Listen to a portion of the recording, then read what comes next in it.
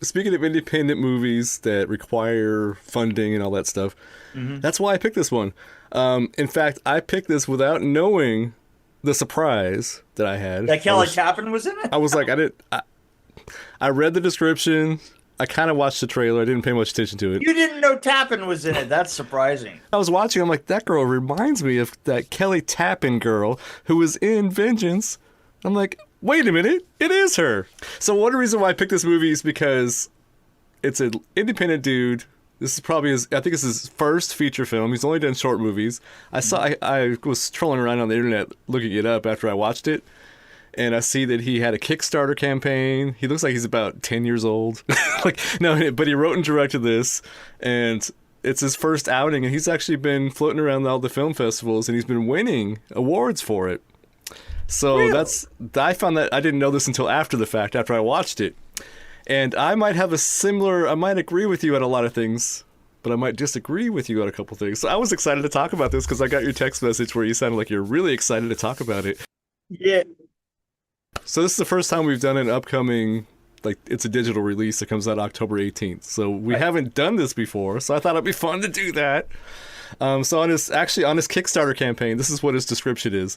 An ambitious, surrealist horror film centered on the length one family goes to mend their twisted past. Which I think is a pretty good description because it's a psychological drama, not really a horror movie.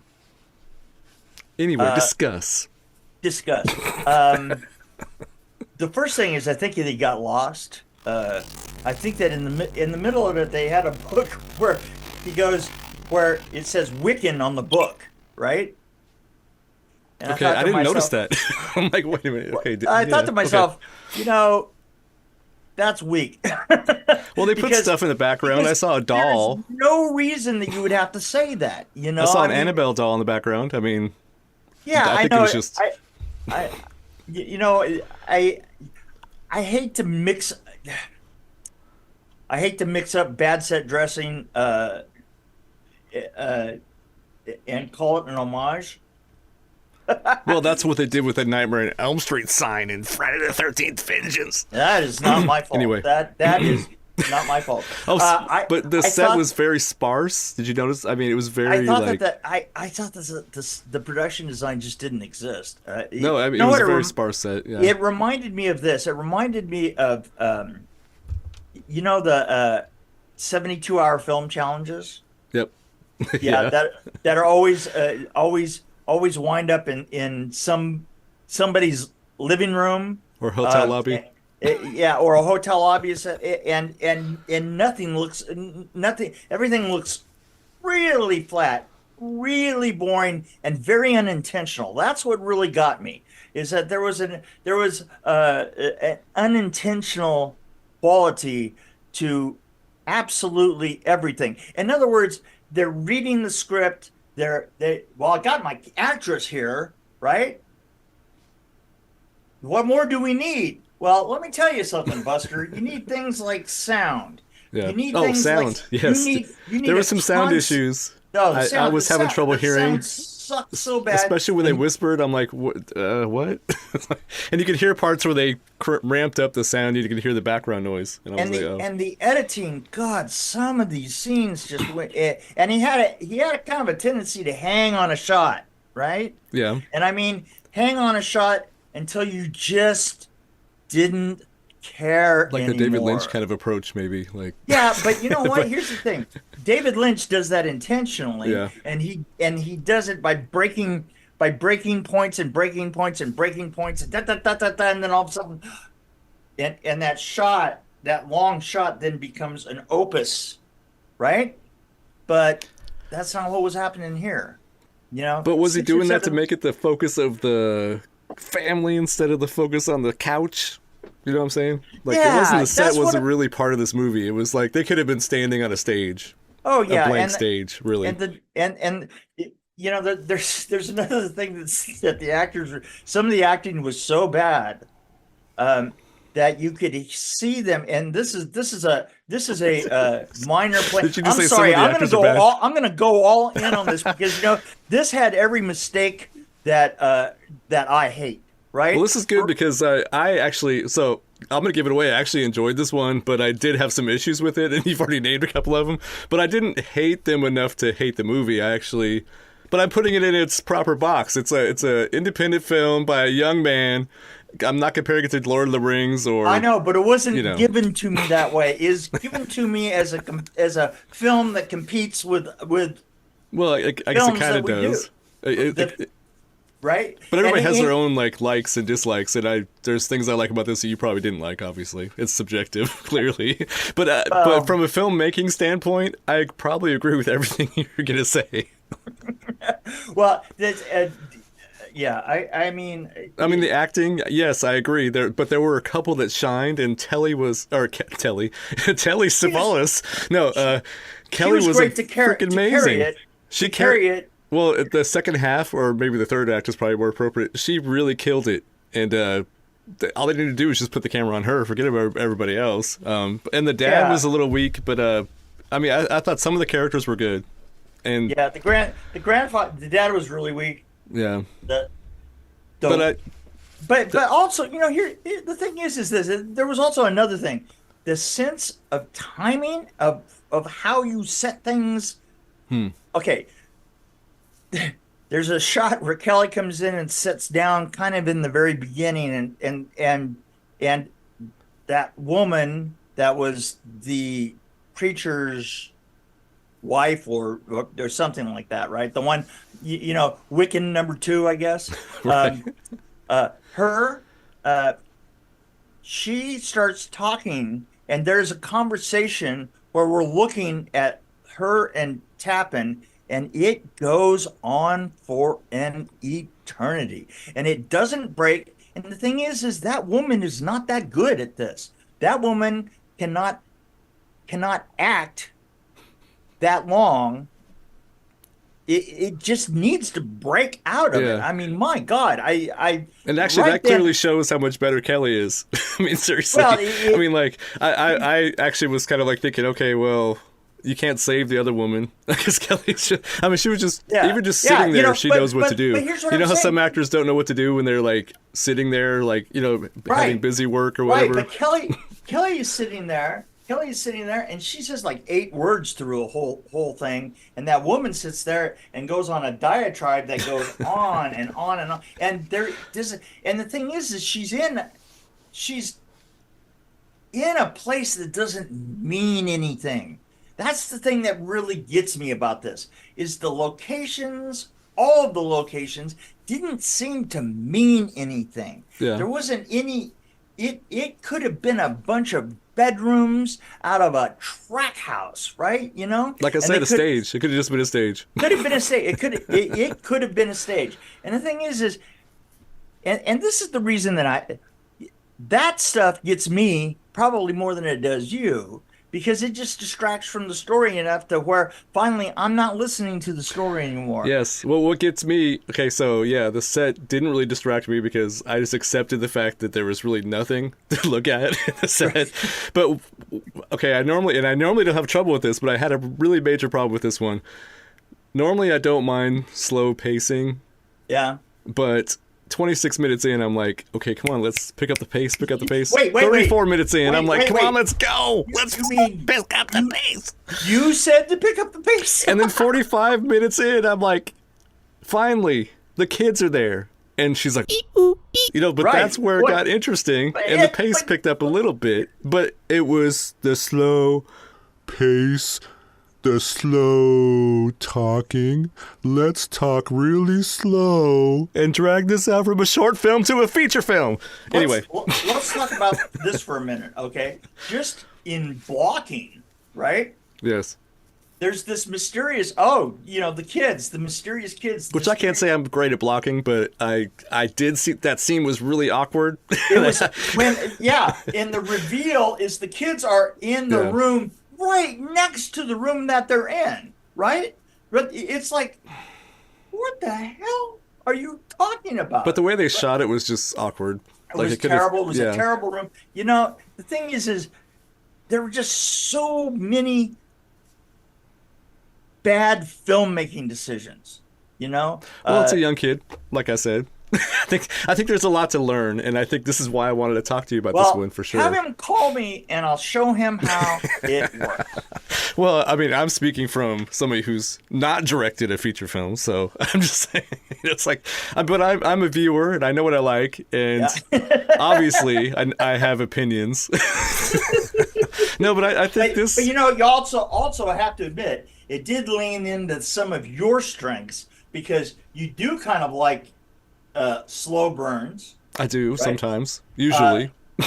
But if it has a point to it, not if it's just dragging on. This felt like a short film director trying to make it longer so he can call it his first feature film. I know. You said that you liked it, and I think part of that reason is there were a couple elements in there that you kind of like. You know, the slow burn and all the rest of that. Well, it's just also the twist. There's a big twist, and I don't know why. I'm going to cut that statement out. I'm not sure why she didn't recognize something that she saw, because it was. So I'm just saying. But anyway, no, I felt like this would have been an amazing short film if they would have just shortened it up. Oh, I'm sure it was. Even if they had a slow burn at the beginning, and then it kind of turns in the second act, and then gets a little more exciting, and then finally the third act, she's like, "What the f*** is this so f*** up? I gotta get out of this f***ing house." See, that would have been a lot better. Yeah. But I think I actually want to watch this director again. I didn't hate this. But this is also an area that I detest, because I know you don't like theater. See, that's what I was worried about. It's no. Because it's theatrical. It's a lot of talking. This is kind of close to the haunted house thing, you know. Okay, yeah.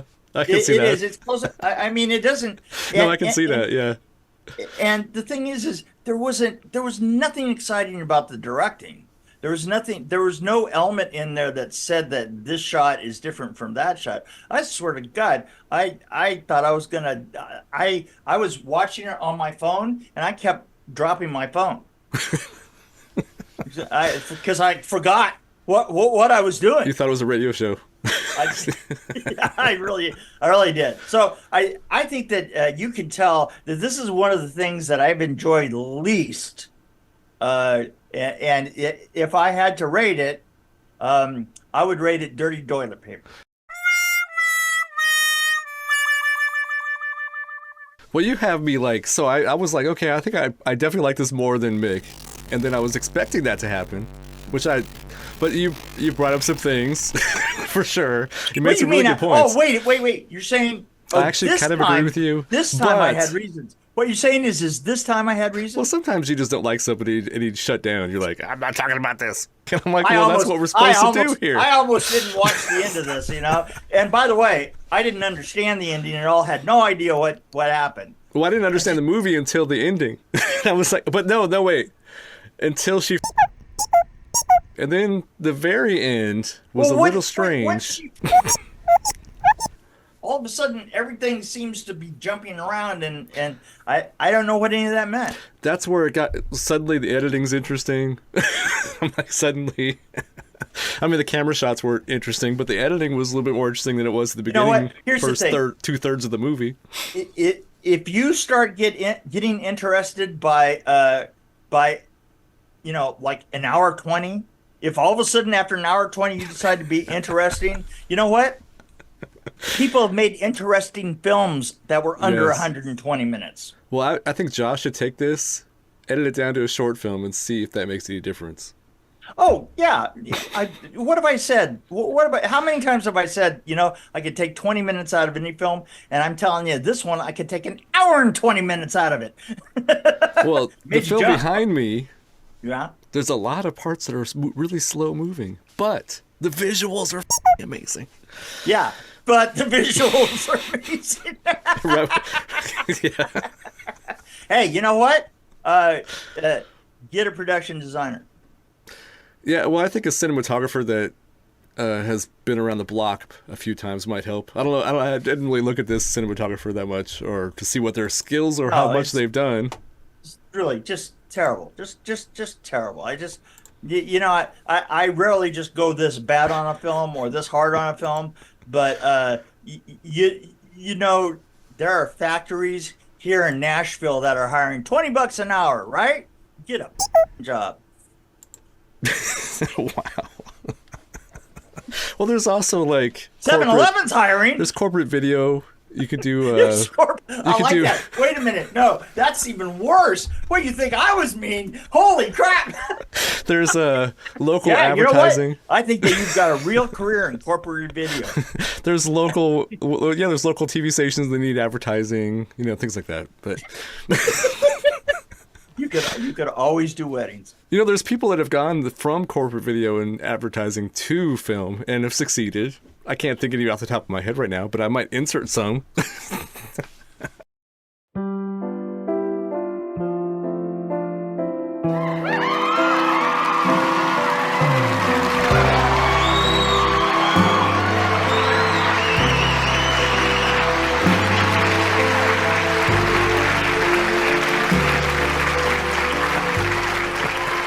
So anyway, I feel like I like this enough to give it like kind of an average, but pick up the pace and maybe have some interesting, well, they had a lot of dialogues, but maybe have him more interesting visuals because it is a visual medium. It's not a theater. I think he was approaching this from like a play aspect. Like, okay, we're going to have this character. It doesn't really matter what the background is. It could be a flat black panel. They're just acting in front of it. You're acting like a Trump follower. You've seen something that's totally loony, and you're ascribing actual reasoning to it. I'm not sure I'm going to disagree with that. Yeah, there you go. Yeah, there you go. You know, you're in a cult. Well, anyway, any movie that Kelly Tappan's in, I'll watch, and I'll probably check out this director again if he brings another one out. That, I mean, it kind of reminds me a little bit of one director who started, and he's worked with you a few times, and I think his first few movies weren't that amazing, but he's evolved and learned from people like you. I'm not going to mention any names. But you know what I'm saying, right? So anyway, I've already lost a certain amount of my life to this film, and I am not willing to lose any more. So I think we're done. Yes, I think so. So how was that? That was amazing. Was that mean enough? Darn it, I wasn't recording. No, I'm just kidding.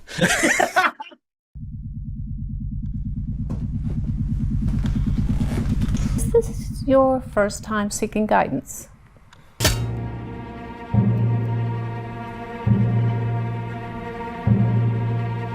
What's her name? Riley. She hasn't been home in a long time. She's coming home soon. Mom said you have kids living with you? Who are these kids?